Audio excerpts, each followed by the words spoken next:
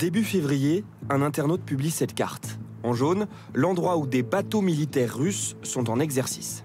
Il note que c'est juste au-dessus de 7 câbles sous-marins, vitaux pour le fonctionnement d'Internet en Europe. Officiellement, les Russes s'entraînent au tir. On le voit sur ces images fournies par le Kremlin.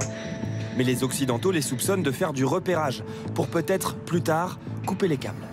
Simplement posés au fond de l'océan, pas plus grand qu'un tuyau d'arrosage, voici à quoi ils ressemblent, facile de les sectionner, les dégâts seraient considérables, panne géante d'Internet, économie en partie paralysée.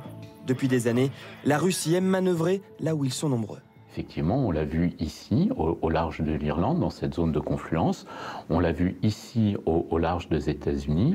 Des câbles, il y en a tout autour du globe, sur plus d'1 million de kilomètres. Mais selon cet expert, 80% du trafic Internet français passe par ceux qui relient l'Europe aux États-Unis. Il existe aujourd'hui ce qu'on appelle des méga-câbles qui concentrent un très grand volume de trafic. Si 3 à 4 de ces câbles sous-marins venaient à être endommagés ou coupés, les conséquences sur le fonctionnement de l'Internet européen seraient majeures. Concrètement, fini l'accès à Google, Facebook, Amazon. Pire, des milliers d'usines, de commerces, de banques pourraient ne plus fonctionner normalement. Une telle menace est-elle crédible?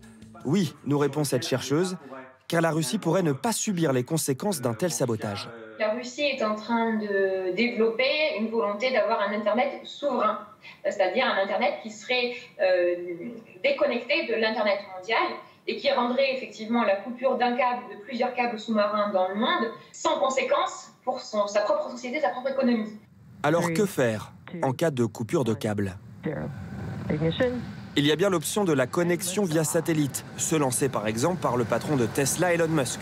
Mais pour se connecter, il faut de petites antennes portatives, comme celle-ci. Le milliardaire américain en a envoyé plusieurs au gouvernement ukrainien, qui l'a remercié sur Twitter. Une solution de dépannage en temps de guerre, car il n'y a pas assez d'antennes et les satellites ne sont pas assez puissants pour que cela soit un vrai recours en cas de panne géante.